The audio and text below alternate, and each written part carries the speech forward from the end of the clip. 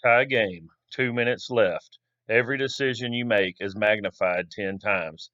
Who do you want on the field? What plays will you call? Each decision could determine the outcome of the game. Will you finish well or will you choke at the end? Welcome to the 2 minute warning.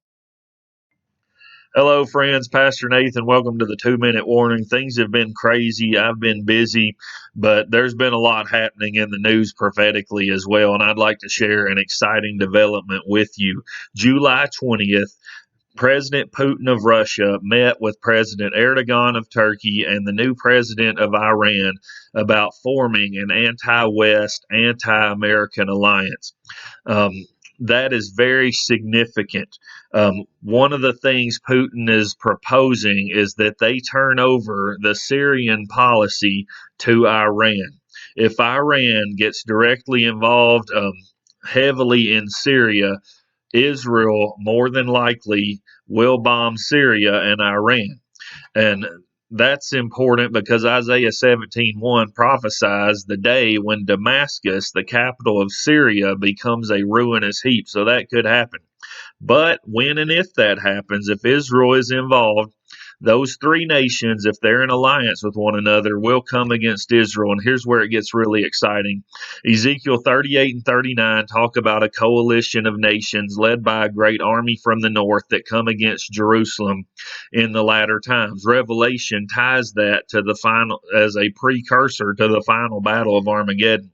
While Ezekiel 38 and 39, it gives ancient tribal names like Gomer and Togarmah and Meshech and Tubal and Persia. We know what those modern nations are because of where those tribes settled. Um, Gomer and Togarmah, for instance, were tribes that were offspring of Noah's son Japheth that settled in what is now Turkey, just to the north of Israel and Syria.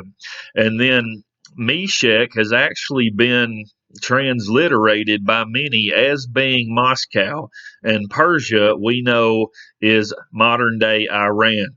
So, what's this telling us? In the last days, leading up to Armageddon, before Armageddon, there's going to be a battle where Russia, Turkey, and Iran lead a coalition against Israel. Friends, that could happen very soon. And so, time's getting short. And so, what do we need to do? First of all, again, if you don't know you're saved, you don't know for sure that you'd meet Jesus, that you're ready to meet him, you need to get saved. You need to call on the name of the Lord and be saved. Number two, and in fact, if you want to talk to someone about that, message me. I'd be glad to talk to you about it. But secondly, if you are saved, we need to share the gospel with urgency because our time is running out. And third, we need to pray for the peace of Jerusalem. Friends, there will only be peace when Messiah returns. There will only be peace in Jerusalem and the world whenever Jesus comes again and sets up his kingdom of peace. And so we pray for that day. It's our blessed hope. But be encouraged. Time is running out, but it shouldn't scare us. It ought to excite us, and it ought to give us an urgency about what we're doing. So have a great day. Tell somebody about Jesus, and hope to see you next time on the 2 minute warning. God bless.